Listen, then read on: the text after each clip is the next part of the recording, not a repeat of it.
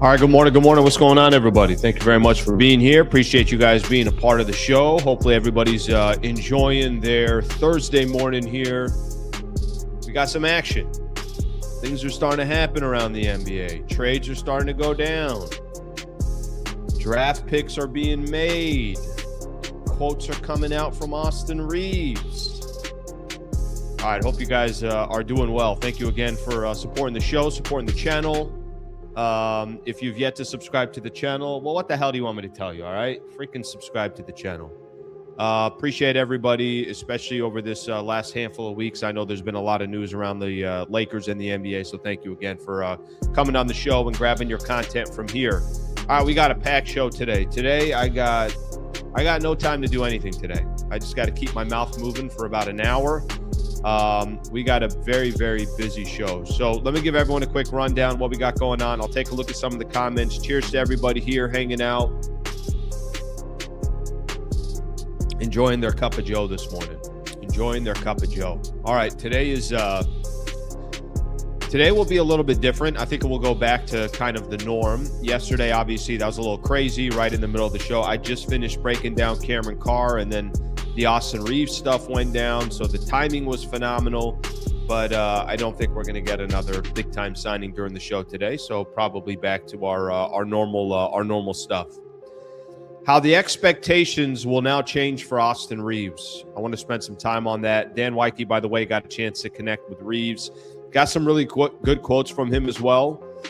Maybe there was a chance Lakers would lose Austin Reaves, which I never felt like that was going to happen. But some good quotes there, and we could start kind of looking at where Austin Reaves' contract ranks compared to some of these other contracts out there, what players are making around the same amount of money. And then I also think, like I said, from an expectations perspective, whatever you thought of Austin Reaves before, your expectations should be different. Whatever you thought that bar was for Austin Reaves before, the expectations should be different. So we got a lot of stuff that we could hit on in regards to that. Keith Smith, who you guys know does just a phenomenal job covering the NBA. I mean, we use his tweets a ton of times, obviously around the NBA and certainly around the draft and around, if you want to call it, different contracts and everything else. But part of Spotrac does the front office show with Trevor Lane. So we're going to spend some time with Keith Smith. He's going to join us at about 8:15. Looking forward to that. Brian Windhorst had some thoughts, some ideas on LeBron James and what the Lakers can do, how they can retain him, if they retain him, how they can still go out there and make other moves. So got some sound from Austin or from Brian Windhorst on that. There was some stuff on Bobby Marks I thought was interesting. Bobby Marks hit on a couple different things. I think this was on last night's draft, I'm pretty sure. On how the Lakers can go after Mitchell Robinson and kind of put the Knicks in a certain position and give him a little bit of a range of dollars that he thinks can make sense. So we'll hit on the Mitchell Robinson front. LaMelo Ball traded to the Minnesota Timberwolves. Who the hell saw that coming? Obviously, that's big news around the NBA. I'm not 100% sure what I think about that. I mean, just kind of the fit and everything else, but LaMelo Ball. And this is going to be, I think, actually rolled into that Julius Randle, Nick Claxton trade. So LaMelo Ball working his way to the Minnesota Timberwolves. I think there's some real pressure on the Minnesota Timberwolves right now to make sure that Anthony Edwards is happy.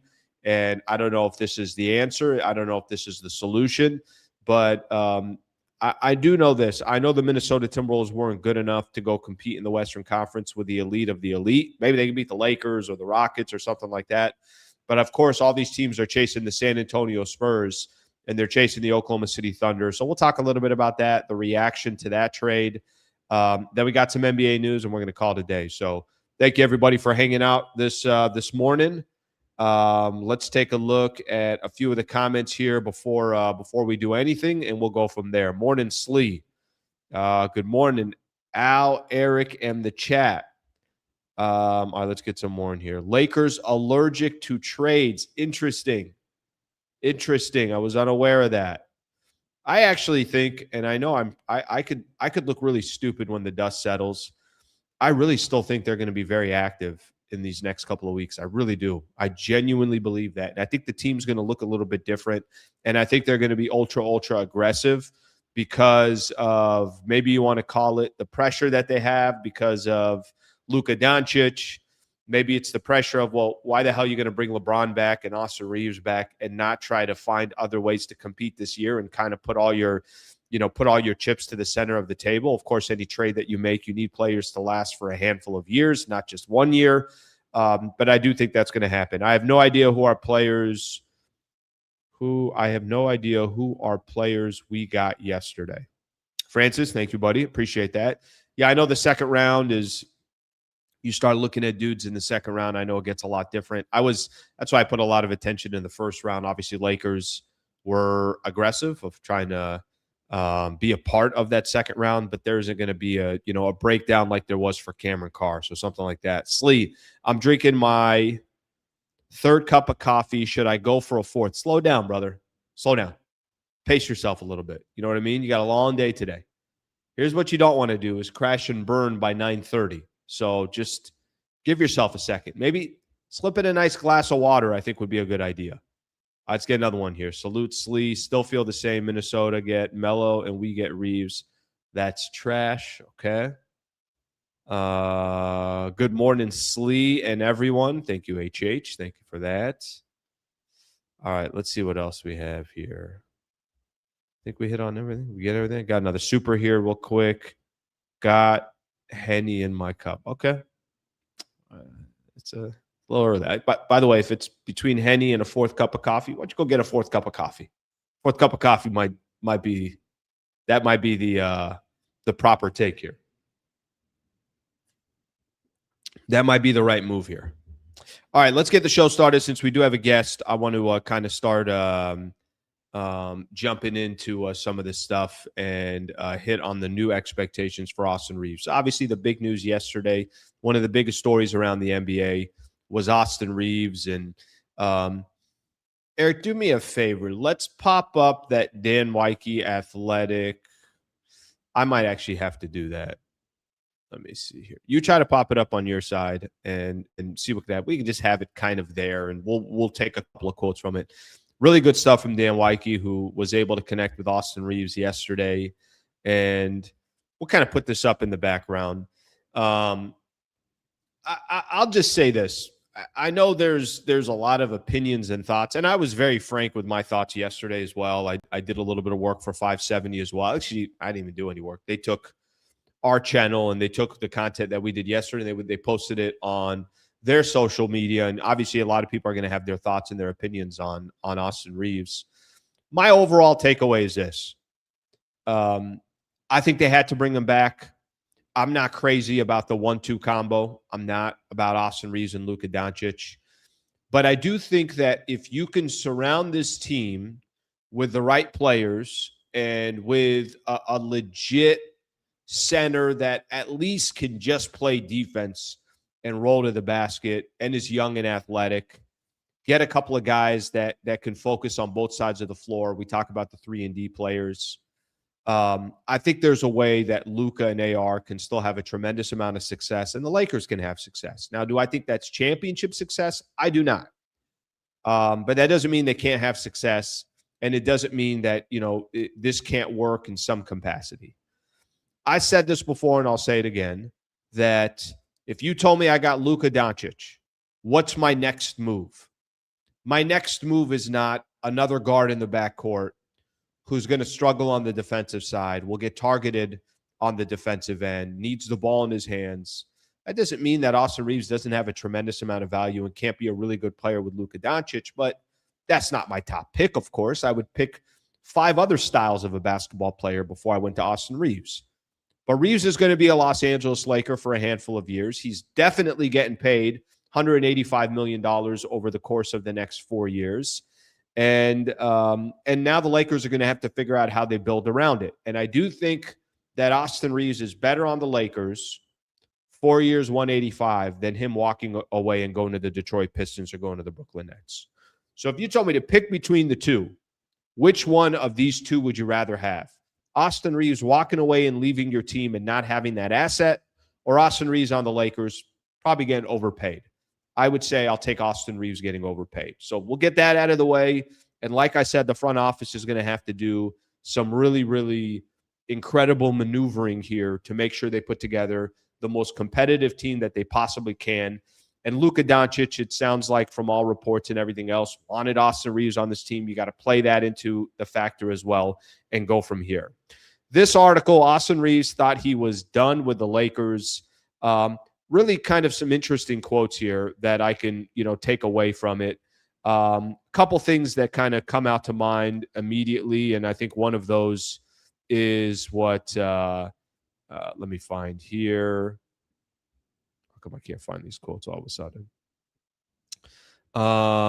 Here's what he said. He talked a little bit about the uncertainty of not knowing where he was going. He said, I didn't like it. It was weird. It was just, it's just a lot of what ifs.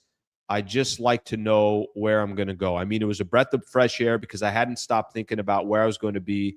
And it's just a sign of relief. Regardless of whatever played out, I'm obviously grateful and in a good position to take care of the people I love. My heart's been in LA. Every morning I wake, I'm just like, I hope we can get this done today.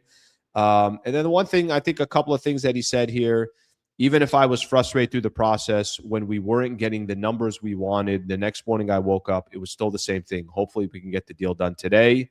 And then he, did have a portion of this where he thought for a second there that he might not be coming back to LA. So he thought, I don't think Aaron and Reggie, his agents, really knew how negotiations would go. So we learned a lot throughout the process. But like I said, we wanted to be in LA. My heart was in LA and we got it done. But there was a point that he thought that he might not be coming back to the Los Angeles Lakers, which I think were, obviously those are some interesting quotes there. I think for me, I always just assumed he was going to come back.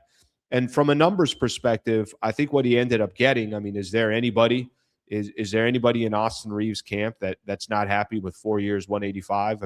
And a player option in that fourth year. So that obviously gives them a ton of flexibility and probably get a new contract, whether it's with the Lakers or somewhere else. We'll see if he's with the Lakers for 4 years.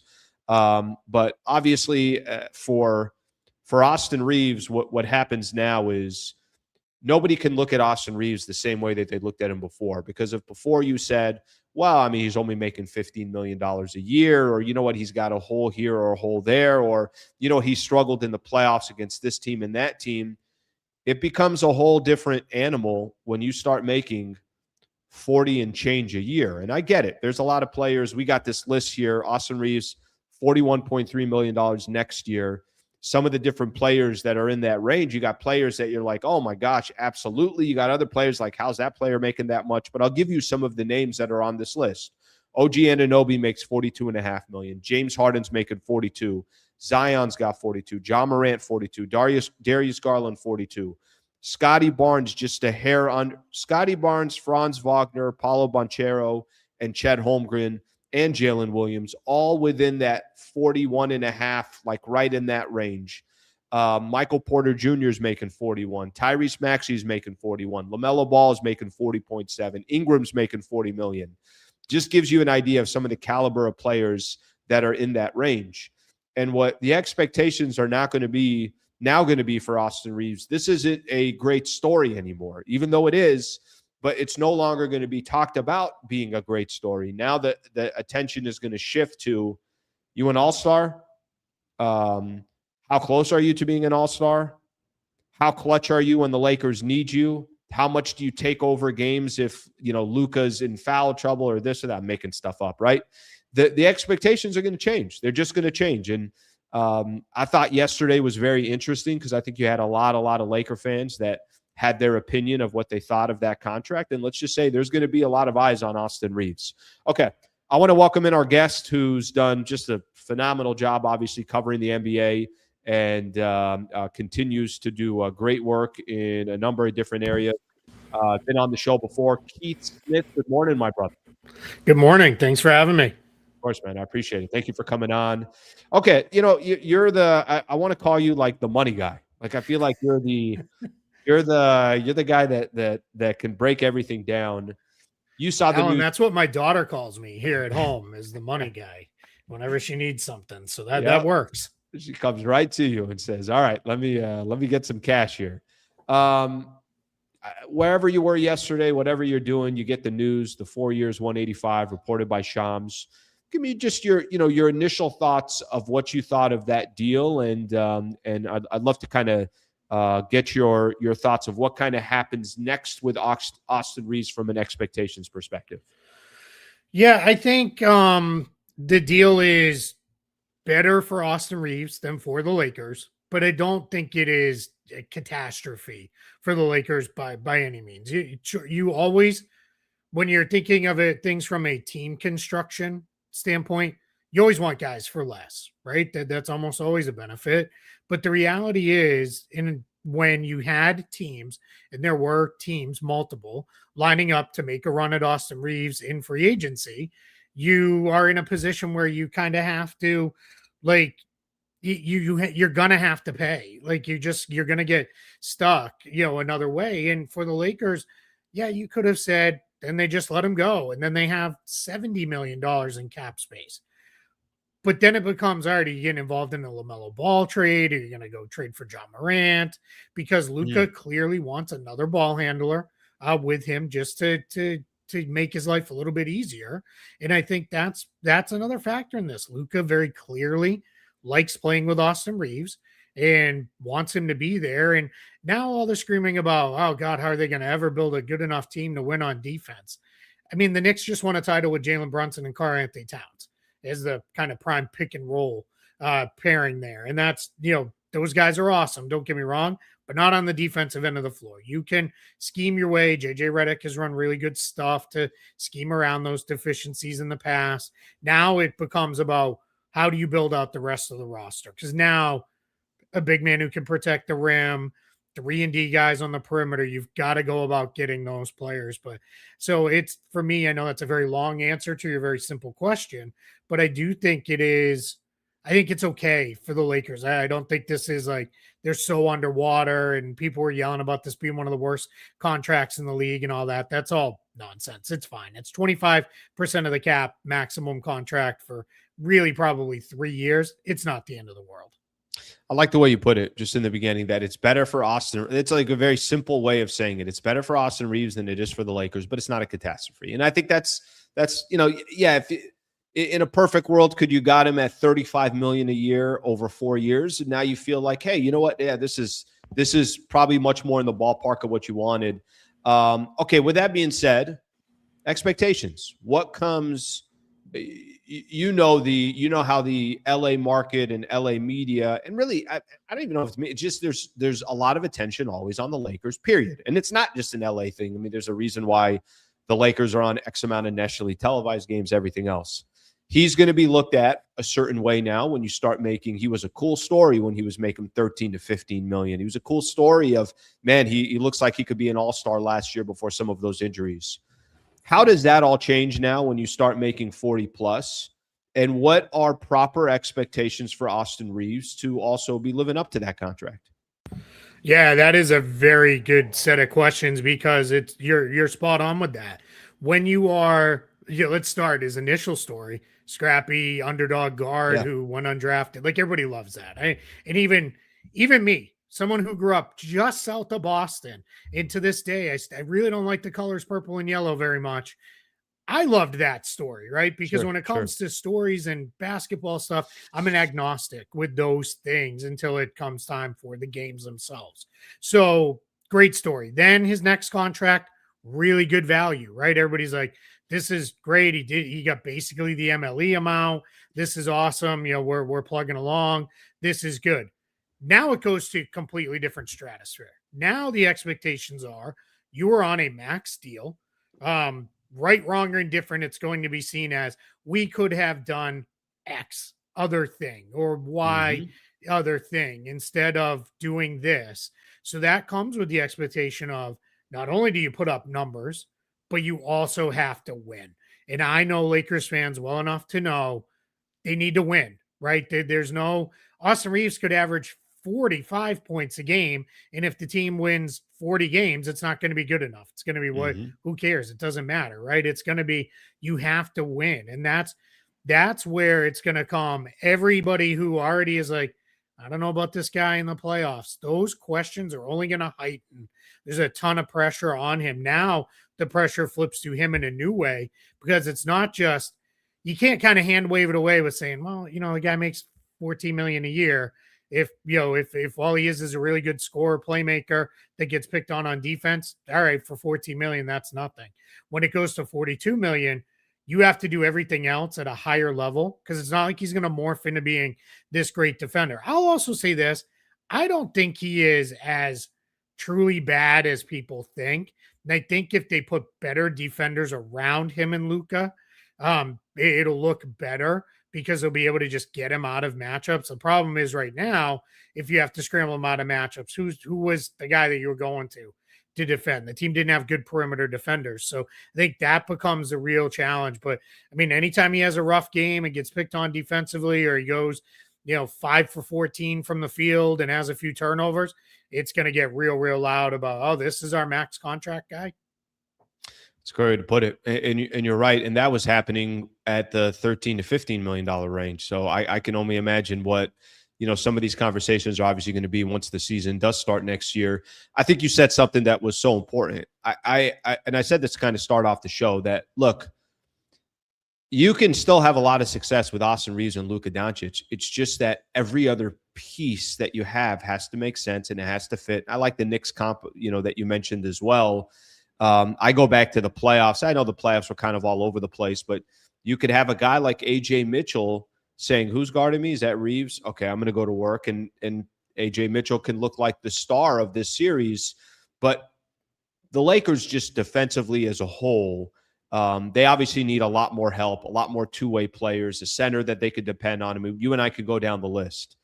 Based off of this contract that they give to Austin Reaves, what do you think is next for the Lakers in the offseason? And how do you think they could start kind of realistically? And if you don't think it's realistic, that's okay too. Maybe this is a year from now.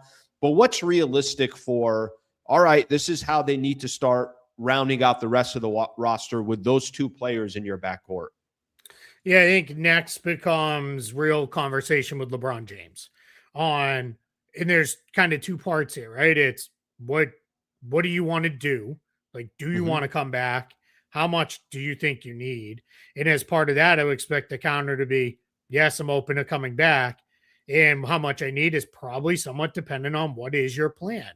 I think we're done with the days of LeBron saying I need the max. LeBron very famously, and I think very correctly, said for years and years and years, I'm not going to take less than the max, because if I do it, then every GM in the league is going to turn to their player and say, hey, LeBron did it, why can't you? And that's him trying to protect, as they call it, the brotherhood, right? They used to call it the 450. Now it's like 540 if you count the two-way guys, but that's all the guys in the league. So I think what you do is you sit down with him and say, what do you need? And if you could sell LeBron on, we're going to get players X, Y, and Z if you take $25 million for the next season, or $25 million a year over a 2-year deal or whatever, I think that's probably realistic for him to say, okay, let's talk that. Any of the stuff of, oh, I'll take a minimum, or I'll take, say $10 million. I think that's probably not overly realistic, but I think you could sell him on essentially cutting his salary in half. Because I think for LeBron at this point, what he's going to be prioritizing in his career is, as long as the money pays the respect he is due as a player, he's going to prioritize, where do I want to be and can we win?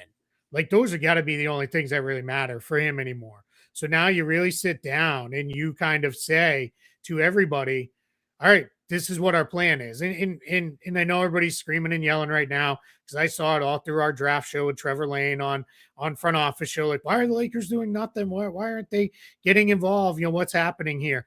I think they're being patient, and I think they've got a plan that doesn't involve executing a bunch of stuff today. And we got it last night when we were seeing, I was getting in my mentions, Isaiah Stewart went for 3 second-round picks. Like, why weren't the Lakers involved in that? Those are fair questions to ask, but you just have to have patience. Now, if we are a month from now, you and I are talking about, like, they just kind of ran it back and paid Austin Reaves a whole bunch more, by all means, go nuts, go crazy on them, because that's not acceptable at all. But I do think there are levels to this where LeBron comes back, maybe Rui comes back, and then you just kind of get into a place of all right, now how else do we fill out the rest of the roster? Yeah, it feels like, Keith, and I think that's a good point in regards to the LeBron piece of this. But I've said this, and I said this a little bit earlier before, and I don't even know really what the hell I'm basing it off of. But I feel like the Lakers will be very aggressive this offseason, whatever it looks like.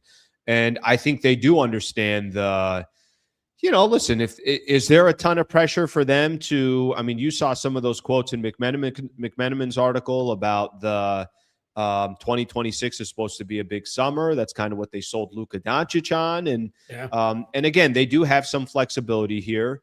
If LeBron decides I'm going to take less money, and let's just say it's in that 30 range, I'm using a number where maybe that's the respectable number that you're talking about. Let's just use that as a number.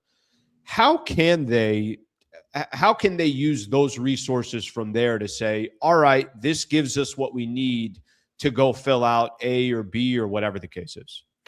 Yeah. So if LeBron says 30, that's my number, then you either go into the summer with Luke on his deal, Austin planning to be on his deal. And just to be very clear, Austin Reaves agreeing to this contract, I almost used the wrong terminology, is different than signing this contract right now. Mm-hmm.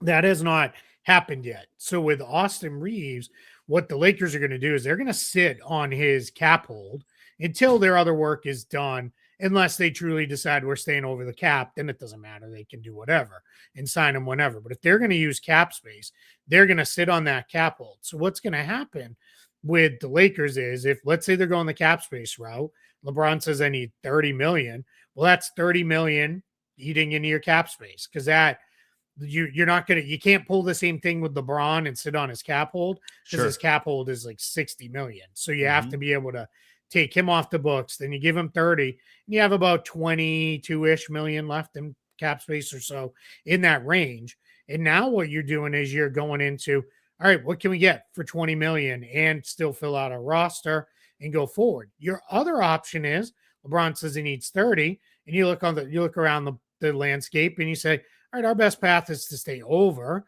Then what you're looking into is, all right, can we look at some sign and trades? What can we do with like Rui Hachimura in a sign and trade?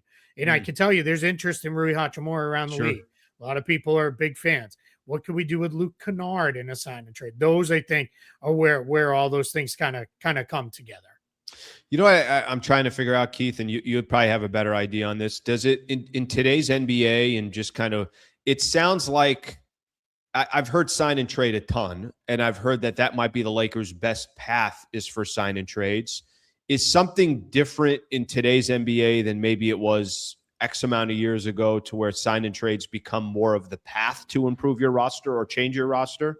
Yeah, it's a good question, because sign and trades used to be a thing. Like, they were like the thing, especially if guys wanted to go somewhere. I think it's been a little forgotten. LeBron James got to Miami Heat through a sign and trade. Now that was a little bit reworked because the Cavs didn't have to do that, but they ultimately said, well, we're fine to do it. But those are the things that used to move in the league. Then as teams got better about managing the cap, and they ended up with we had a lot more teams every summer with cap space and the like, sign and trades kind of went away. They weren't really a thing for a long time. So that was kind of a thing that went out the window a little bit, because teams didn't need to do them. Now we're in a world where most teams are again capped out. So like for Cleveland, I know that's a popular rumored destination for LeBron. The only way they're getting LeBron in any realistic manner, because he's not taking the minimum, is LeBron sign and trade to the Cavs. Now there are complications with that. It has to be a 3-year contract. That's fine, because you can do a 3-year contract, even though they have the over 38 rule with that. So they can absolutely work out a sign and trade. And I think it was Brian Windhorst mentioned LeBron for Jared Allen in a sign and trade. I don't know if that's a thing that happens or not, but that's an example of something that could be worked out. That could help both teams. Cavs would have some issues on the other side and figure things out as far as, where do we want to go with hard caps and the like. But with the Lakers side, no issues at all when you're doing a sign and trade with a player going out. You mentioned Rui. Just you said that there's a lot of value there. Are the Lakers, do you think, better off bringing back Rui Hachimura, or you think they're better off if they can go get the type of player that they need to fill out the rest of the roster based off of the, you want to call it kind of limited assets that they have, Sure. and how key it's going to be to try to, again, put a roster together that complements what that backcourt looks like. How do you think the Rui thing plays out? Yeah, this is it. I'm going to throw a question back to answer your question. Okay. Tell me what the other options are, right? Because if it is, we can land this other guy in a trade using our cap space, or probably not in free agency. There's probably not there it is. There's the guy signing this free agent class is already not very good. Some of the better free agents are already Lakers, and some of the other better ones have already come off the board. So it's getting harder to piece that together. So yeah, I think if you're in a position where it's Rui Hachimura around what he made last season, sure, no issue with bringing him back. I think he's a really productive player. He kind of, oddly enough, raises his game in the playoffs. Yeah, you're right. Always see that from role players. I think we're still at a point where he's the best 3-point percentage shooter in NBA playoff history. So that's a little like the I don't know if you've ever seen the movie Mr. Baseball of I led this club in 9th inning doubles in the month of August. Like all right, we're cherry picking a weird stat, but it does show. It was day games, Keith. Was that what it was? And it was only day games, yeah. Okay, all right, perfect. But I'm in a place with Rui where there's definitely a world where you can have him back because it's not going to break the bank. Now, if they get crazy with the contract, I'm going to come on and just like you did with Austin Reaves, be like, I don't know about that one, but it's I think you could definitely see him back. It would have to be a very clear upgrade over just kind of letting him walk away for me to let that be the way it plays out. When the dust settles, is this just become a battle for everyone obviously chasing the San Antonio Spurs and the Oklahoma City Thunder in the Western Conference? Is there a world where the Lakers, you think when the dust settles, can be, let's just say, not on par with them, but right below them? Mix. Yeah. And that's what you want to be, right? You want to be in the mix. We went into the season and we spent 2 months when the Thunder were just rolling through everybody talking about, all right, well, that's it. It's the Thunder's league and no one's going to do anything about it and even make it back to the NBA Finals. So you want to put yourself in the mix. Can they get there? Yeah, absolutely. I have that much belief in Luka Dončić. That's really where I'm putting most of my faith. It becomes you got to get the right guys around him. And then you just want to be in the mix. Yeah, when we sit down and do our tiers of teams, when we're sitting down and doing it, they're probably not going to be on par, like you said, with the Spurs and Thunder. But if we get into April and May and the Lakers are there and they're healthy and they're playing well, and one of those guys rolls an ankle, next thing you know, now you're there, right? And you're through. So those are the things you want to put yourself in a position when you're there. This is not, and I'll say too, you have to, because you're now on the clock with Luka Dončić. Right. And I get it. I get that they're the Lakers and they already paid him and everything with that. But his extension kicks in and you really have only a couple years to really sell him on. All right, this is it. You could do everything you wanted to do here. Because for Luka, the money's going to be same anywhere. Right. It's going to be max money. So for Luka, it has to be, can we win? Right. And I say this with all due respect. The foreign born players are not as enamored of, I get to live in Los Angeles and New York and the glamour markets because they don't spend all year here. Most of those guys, the minute they can, they're on a plane back home, right? So that's not the same level of draw as it is for an American-born player. So I think for the Lakers, you have to build out a team that can really do something to prove to him, hey, we're serious. Because like you said, by all reporting, and I think it's accurate reporting from good reporters, they already promised them that they would, and now you have to start delivering. Final one, Keith, just real quick on the LaMelo Ball trade.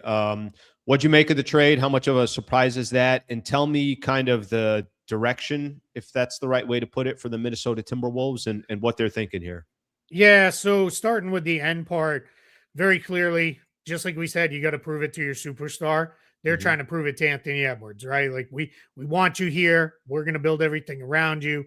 This is how we see everything playing out. So for me, I think you're in a position there where it was, all right, we got to go get a player he really wants to play with and be with. I don't know. How about LaMelo Ball and Anthony Edwards? I'm not so sure. They've given up a lot of size too in the last couple of days here with Julius Randle and Naz Reid. Now it's for a team that was super sized. Now all of a sudden it's Rudy Gobert and Jalen McDaniels, still pretty good, and they're going to bring back Ayo Dosunmu. So I'm going to leave it a little incomplete. Let's see what they do. And then I think for the Hornets, this was a chance for the Charlotte Hornets to say, all right, we want to reset. Like we're so happy with our upward momentum, and we feel like LaMelo is, I don't want to say a problem, but just him and his contract may only take us to here. And we're trying to get to here, right? We're trying to get up here, and that's where for them it clears out a very big salary. So it is a little surprising that that's going to be the way this goes. I just see somebody in the chat saying LaMelo is 6'7", which is probably just a 6'7" joke, but he's 6'7", but he doesn't play big. Like he doesn't play like that. He plays like he's a 6'3" guard instead, which is not the end of the world. It just is what it is. So I think for the Hornets, it's a chance to reset while continuing your upward momentum. And for the Wolves, very clear you're not making this trade unless Anthony Edwards is all in on playing with LaMelo Ball going forward. But the Wolves still have a lot of work to do to fill out the rest of that roster. Keith, great stuff, brother. Appreciate you coming on. Always enjoy having you on the show, on the channel, and great content as always. Thanks so much for having me. I really appreciate it. Thank you, Keith. All right, that is Keith Smith right there. The man right there. Phenomenal insight from Keith Smith, and obviously hit on a bunch of topics. I had to squeeze in one quick LaMelo Ball one there. I was thrown off this morning. I'm still kind of trying to put those pieces together of really what the game plan is for the Minnesota Timberwolves. All right, awesome stuff right there. I know we got a lot of comments here. People want to weigh in on some of the conversation as well. I think, some of my takeaways, we're talking about Austin Reaves a little bit earlier. I think that part is fascinating. The Reaves part is fascinating to me because, like we were all just saying, there's going to be expectations now that the conversation is going to be different about Austin Reaves. And there was already a lot of people that were questioning the fit and can that work? And how come Austin Reaves doesn't raise his game in the postseason? And how come guys are going after him and this and that? Well, take all that, and now you're making 40 and change. Imagine what that conversation is going to be like. I do agree with Keith when he said as well, and I'll continue to say this. I really still believe this. I just think that there's too many things that is on the backs of the Lakers front office and new ownership and Jeannie Buss and everybody else. You got to make sure Luka Dončić is happy. If you're bringing back LeBron James and he's going to take less money, then you better be using that money to go get some other players. I think the piece of the Western Conference and wanting to compete in the West and knowing that you had kind of a ceiling last year and you can't really roll it back with the exact same squad.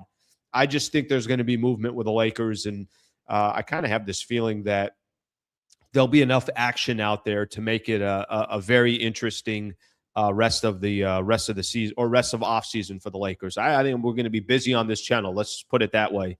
I think we got a lot to hit on. All right, I'm going to look at some of the comments. I want to get into the Brian Windhorst stuff, which Keith mentioned. There's some Bobby Marks stuff on Mitchell Robinson that I want to get into as well. We'll close out the show, too, talking LaMelo and NBA news and everything else.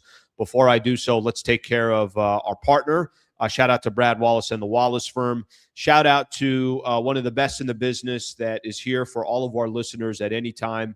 If anybody ever needs an injury attorney, it's Brad Wallace and the Wallace Firm. They can help anybody in the state of California. WallaceWins.com/Sliwa. If you go to that website, get an absolutely free consultation.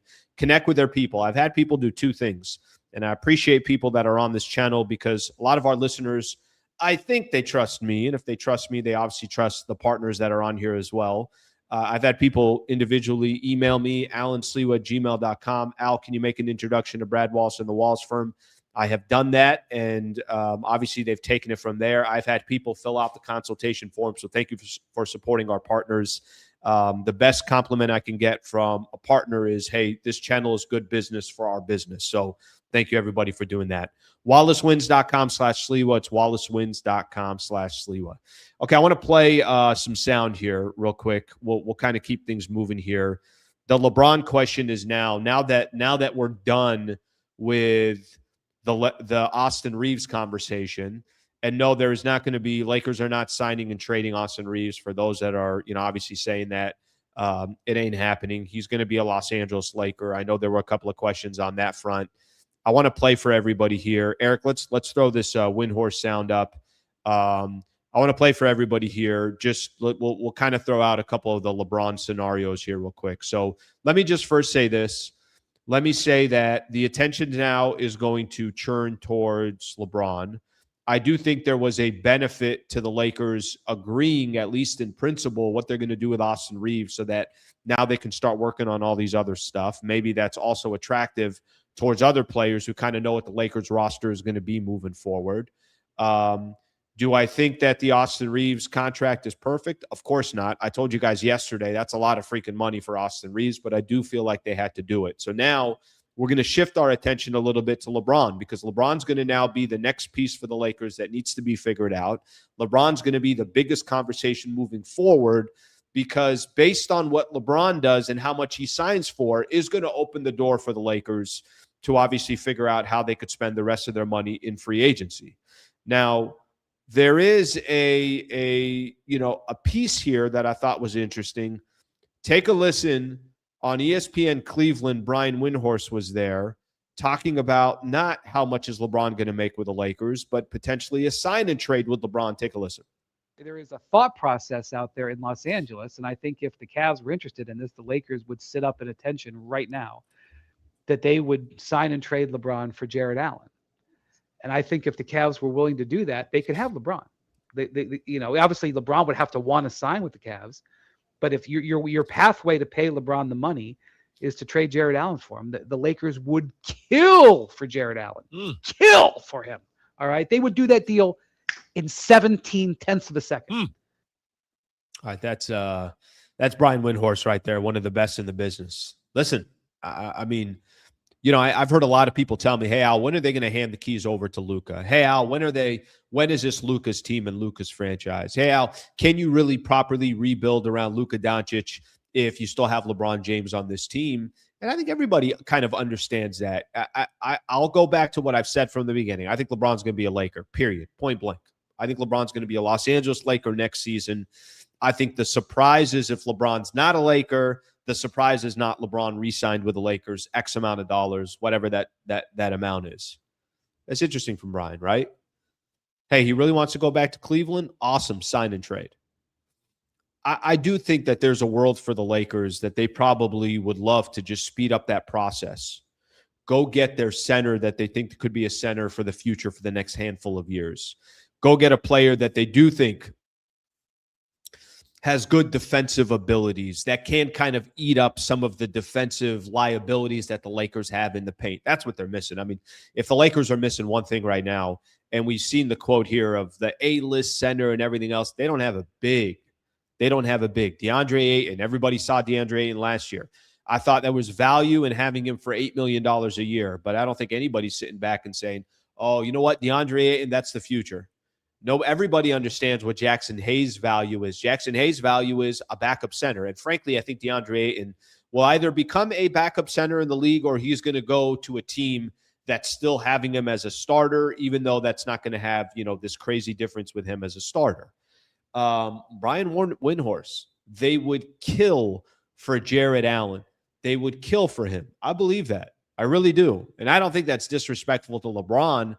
I think the Lakers are saying to themselves, can we start that process with Luka Dončić, with the right players to build around him? Can we get that? He ain't an A-list center, but he's a good center in the league. He's definitely better than the last handful of centers that the Lakers have had. And I think Jared Allen would obviously be a great upgrade for the Lakers. But you listen, I memean, that's an interesting one from Brian Windhorst. They would kill for him. I know we saw this yesterday. Isaiah Stewart was, obviously part of a deal. He's now no longer with the Detroit Pistons, and maybe the Pistons are working on something else. I will just say this, and the Windhorst, or I'm sorry, the Isaiah Stewart thing, which I'll just mention here, that was more for, I guess, roster flexibility. They're preparing for a larger move. The one thing that I will say, and I think this is, we'll play this sound as well, because I think Brian right now is on a little bit of a tour here of talking about potentially places that LeBron can play other than the Los Angeles Lakers. Eric, do we have this clip? Do we have the clip of him talking about the Pistons and big game hunting and how kind of LeBron kind of fits into that? All right, we're going to play this here in just a second. But so there was one clip of Brian Windhorst talking about Jared Allen, and now I want you guys to take a listen to Brian Windhorst, who was on the draft show that they were doing yesterday. Bobby Marks is on there, Malika, and there's obviously a handful of people on the panel there. Take a listen of what he was saying in regards to LeBron, and this with the Detroit Pistons. In Detroit. Something stewing? Yeah. So first off, the Pistons felt they could do this because Paul Reed, B-ball Paul, played so well at the end of last season. He will slide into that situation. They already had about $30 million in salary cap space. The Lakers increased their offer over the last 24 hours to get this deal done with Austin Reaves. Why? Why did they do that? Because they knew that there was a chance that Detroit was going to open up space. So who was their target now? Yes, every of those names that Sean said are true, but what if they go big game hunting? What if they check on the availability of Kawhi Leonard? We're not quite sure whether he's going to extend his contract in LA or be traded. What if they look at some of the bigger names that could be out there? Heck, they've cleared enough open space. They can call LeBron James if they wanted to. So I think the big story here, this is interesting. Memphis is building a big front line. Look at, they draft Cam Boozer to put him next to Edie. That's interesting what they're building there. More Western Conference team building up size. But Detroit is setting themselves up to be the story of this offseason, one of the stories of this offseason after falling short when they needed more scoring and creation in the playoffs last year. It's one of the first times I've heard, especially coming from Brian Windhorst, right? So anytime Windhorst has something to say, I'm listening. But it's one of the first times that I've heard, and it's Brian in two straight clips of basically talking about LeBron other than the Lakers, other than the Golden State Warriors, which we heard, I've heard this now from Eric Pincus, who was on the show. This was probably about 3 weeks ago, a month ago or something like that. It's one of the first few times that I've heard that. See what happens. I think it's interesting. I think it's fascinating. I think if you told me, and I've said this already before, if you told me that LeBron signed with the Golden State Warriors, I would say, okay, well, how are the Lakers going to fill out the rest of the roster? And can you go find your center? And you need 3-and-D players. And LeBron, phenomenal 8 seasons with the Lakers. Not all of them, obviously, ups and downs. It's a roller coaster, the whole thing. If you told me that the Lakers did a sign and trade and got Jared Allen and LeBron went to the Cleveland Cavaliers, I'm like, all right, cool. Let LeBron go do his thing in Cleveland and let the Lakers go get a center that they feel like could be the center for a handful of years. No disrespect to LeBron, but I think there's obviously there's this kind of urge and this thirst of like, yeah, can you get that Luka process officially started? And if that doesn't happen and LeBron ends back up with the Los Angeles Lakers, then I would like to see them use some of these draft picks and use some of the assets that they have and try to obviously go make a run next year, because like Keith has mentioned it, like Brian Windhorst has reported, or as Dave McMenamin has reported, as Dan Wyke, as all these other people have reported, I think they are on a little bit of a clock with Luka Dončić. And I don't think it's a threat of, the world's going to end. But I think Luka is saying, like, hey, am I moving in the right direction? I got to the Western Conference Finals in Dallas. Then I got to the NBA Finals. And here I am with the Lakers. And I feel like I'm stuck in mud. So I think that part's going to be interesting to see how it all plays out. All right, I got comments to read. So shut the hell up here and start reading some of these comments. Let's see what we got here. Let's see. How far back do I go? Let me see what I got that one. Okay. Just a reminder here, and I know because there's a lot of comments here. I'll try to do my best to get to these comments. If you do send in a super, it's getting read, period. So just a heads up on that. How you got all these expectations of Reeves, but LeBron has won 3 playoff series since 2000. You gave that bum an extension. Maybe you're saying 2020. I'm assuming you're saying 2020, obviously. Let's see if it's 3 since 2020. I can't even remember off the top of my head. I mean, they obviously beat who'd they beat in the first round this year? Who'd they take out in the first round? It was 3 versus 6. Who the hell did they take out? I'm drawing a blank already. I don't know. I know what you're trying to say is that since they won the NBA championship, obviously the Lakers have technically not been knocking on the door. Wait, no, they got to the Western Conference Finals against Denver, so you had to win a couple rounds there.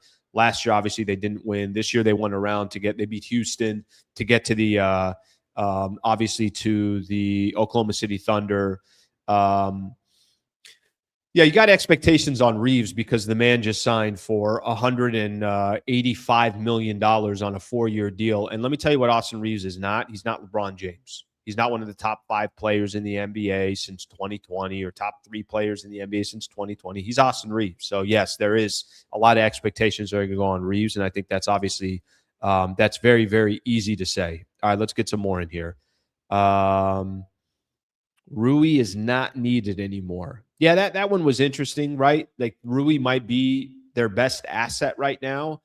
And if the money's not right, he was already making $18 million with the Lakers. So if he had a great playoff run and he stepped up in the postseason, which he did, and I thought Rui was awesome in the playoffs. I was actually kind of shocked. I'm like, Jesus, this guy's killing it. What's his number now? Is it 20, 22? Do they get to a number where they say to themselves, we got to use that money towards a center? We got to use that money towards a 3-and-D player. We got to go find another player out there that we think is, more of an asset for us. I'm making up stuff, but let's just say, is Rui better, or is it they're better off with Isaiah Hartenstein? I'm making up players. Is it better to have Rui on the team? Is it better to have Lou Dort? Like, I think you can obviously make some legitimate arguments here of what to do if you're not bringing Rui back or if Rui just costs too much. Mark Walters is letting Rob dig his own grave. He'll be fired by All-Star break, okay? Expectations is a championship or bust. You can have championship expectations, but they could also not be realistic. Like I've said this all along. I said this last year when the Lakers were doing their playoff run because I don't agree with this sentiment. I don't agree with championship or bust. I agree with championship or bust when you have a team that you actually think can win a championship. Now, I get the sense. I get the point of saying it, and I've heard Laker fans obviously say this my entire life. I get it. I've sat in the same seat saying the same thing, but they got to be realistic. And, based off of the roster that they had last year, it's not realistic. So what they do in the offseason will obviously clarify some of that. Let's get a shout out to Keith Smith, Keith Smith, Keith goated. I love that. Love all that stuff. Yeah, he's phenomenal. He's great. So I appreciate you guys, obviously supporting Keith when he's on here. And I know I don't need to tell you guys. All right, a quick Glenn. Appreciate you, brother. Thank you very much. Let's get some more in here. Sign and trade LeBron for Jared Allen, please. Let's see. Lakers running it back. Don't get hopes up, Slee. I don't believe it. I really don't. I don't think that's going to be the case. I hope that I'm sitting here in the next 2 weeks and we're talking about how the Lakers were ultra aggressive, that the team looks different, that there is kind of maybe a little bit different expectations that are here. I just got a difficult time thinking they're going to run it back. I really do. Now, listen, if I'm wrong on that, then you guys can say whatever you want here. So I'm completely okay if that's the case. All right. Did I miss any of these supers here? I want to make sure that I didn't. I don't think I did. Let me get into another topic here because we're already at 8:55 and I want to get into this here real quick. Run It Back TV had Bobby Marks on there. Bobby Marks, who's been on the show, phenomenal, obviously guest and one of the best in the business of talking NBA, talking obviously from a front office perspective. He served in the front office. We're going to play this clip here real quick. I want you guys to take a look here at what Bobby Marks is saying on Run It Back TV and how LeBron becomes such a key piece for the Lakers to figure out what the rest of the offseason is going to look like. Take a listen. Well, it's LeBron plays a big role from a spending power as far as how much you have. We always talk about cap space, and it's, listen, they can go from anywhere from $50 million, which nowadays doesn't get you as much as it did back in the day, or potentially 30 if LeBron. I think what LeBron signs for will dictate, can you go and get a center in free agency? I don't think you can, an A-list center, or do you go out in a trade? You've got some of your future picks. Also, All right, so that's him talking about, how the Lakers can obviously do that. And I agree on the whole front. No matter what happens, do I think they're getting an A-list center? The only way they're getting an A-list center if there is some type of a sign and trade. We're gonna play one more clip here that I want to play. Oh no, this is just a quote on Bobby Marks. I'm just gonna say this another one. He said this is what he said in the NBA draft show. And a lot of this is kind of writing on what happens with a LeBron contract or if there's a LeBron sign and trade. I would say if the Lakers can put an offer in that $13 to $15 million range, it will be hard for New York to match something like that. And he's talking about Mitchell Robinson. We do know that James Dolan has already had a quote right after they won a champ. Could Dolan not have waited a second to not say that they're not getting into the second apron? Your team won a championship 35 minutes ago, and you're already taking out any momentum. What was the quote he said? He said, we cannot go into the second apron. Knicks are projected $13 million under the second apron next season. And then this is where it could potentially open up an opportunity for Mitchell Robinson. I've given you guys my thoughts on Mitchell Robinson. Right now, it does not sound like there's an A-list center out there for the Lakers to go get. At least definitely, for the next 3, 4, 5 years. Maybe Jared Allen could fill that role, but unless it's a sign and trade, it's going to be tough for the Lakers to do that. I think Mitchell Robinson would be a nice piece for the Lakers, but is he your starting center that you're giving 30 minutes? No, and I could tell you that because the New York Knicks didn't use him as a starting center. He did come in off the bench, and he wasn't playing 30 minutes a night. So something to keep in mind in regards to that. So those are the main Laker topics that we have today and the main storylines that we have. So here's what I'll do for the rest of the show. I'm going to read some of the comments. I do want to talk a little bit about the LaMelo Ball and his signing with the Minnesota Timberwolves, and then or the trade to the Minnesota Timberwolves. And we are going to call today. So thank everybody for being here. Appreciate you guys being here. LaMelo Ball to the Minnesota Timberwolves. Ronnie reports. Eric, why don't you put that tweet up there, and we could get that there. Shams reports that the Charlotte Hornets are trading LaMelo Ball to the Minnesota Timberwolves for Naz Reid, a 2033 unprotected first-round pick, 3 first-round pick swaps in 2029. 2028, 2029, and 2030, and three second-round picks in 2029, 2032, and 2033. There's a lot on the table here that they're trading. Obviously, that's big-time news. 2 of the top 3 picks in the 2020 draft are now teammates. Anthony Edwards was the number 1 overall pick, and LaMelo Ball was drafted number 3 in 2020. Man, I am not 100% sure what to make of all this, to be honest with you. It's I think I respect Minnesota for saying, hey, what we have right now is not going to get it done. They did. This is going to get kind of worked into that Julius Randle trade, but you just basically took out 2 bigs. So Julius Randle, Naz Reid, both gone. Naz Reid, definitely kind of a staple for the Minnesota Timberwolves, just a phenomenal player and played a phenomenal role for them. And you got smaller. You'll be exciting. You'll be fun. There's going to be some fun highlights. There's going to be some great passes. There's going to be a lot of cool stuff that happen. It's just going to be tough to watch how those 2 players are going to all of a sudden now compete with the Oklahoma City Thunder and the San Antonio Spurs. So I don't know how much I understand this from a long-term perspective. Little surprised too that Charlotte went a different route and said, yeah, just for their fan base, I'm sure they liked the trajectory that they were going, but maybe they're saying, no, we want more grown-ups in the room, and they got a different approach of how they're going to do it.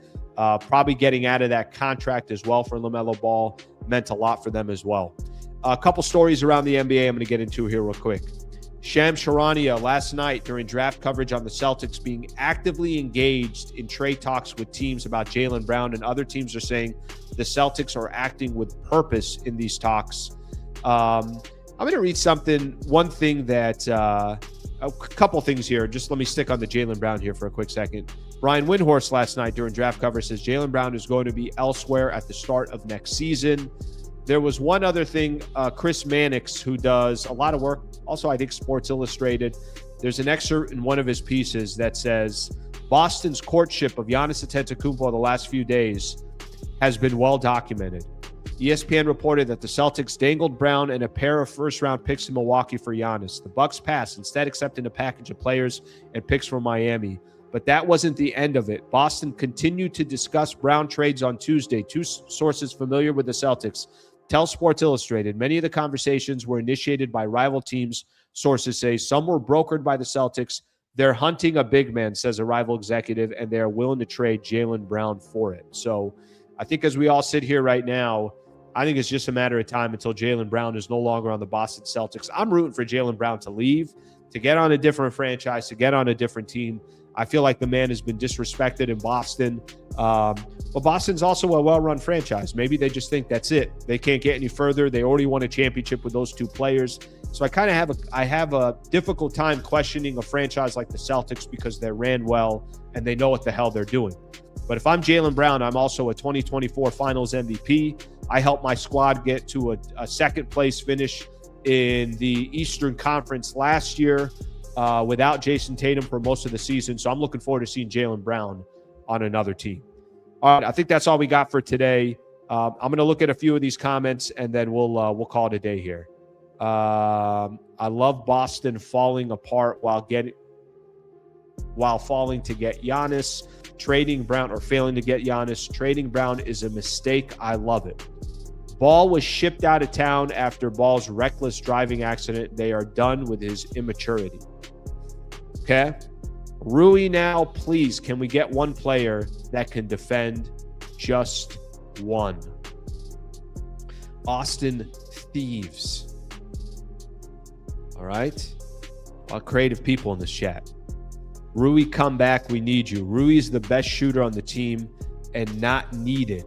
No, of course he's needed. I think the question is, what you're trying to value is, did you get a 3-and-D player because Rui's gone and it's a player now that can play both sides of the floor and can shoot? Listen, nobody's going to shoot that percentage of Rui Hachimura. If Rui comes back, I completely understand it. But I think for them trying to figure out what they're supposed to do with some of these assets, we'll see what happens. I lean towards he'll come back. Maybe I would call it 75-25 that he comes back. Maybe 70-30 that Rui Hachimura comes back. And obviously, I'm not trying to discredit what Rui did for the Lakers because he was phenomenal. Ant can't get doubled now. Plus, they got J.D. McDaniels. I mean, their approach, let's just say this. They're taking a very, very different approach to what they were doing. Post-game press conference goes viral in Minnesota every night, but don't drive. Okay. All right. All right. Free agency, we obviously know opens up in 5 days.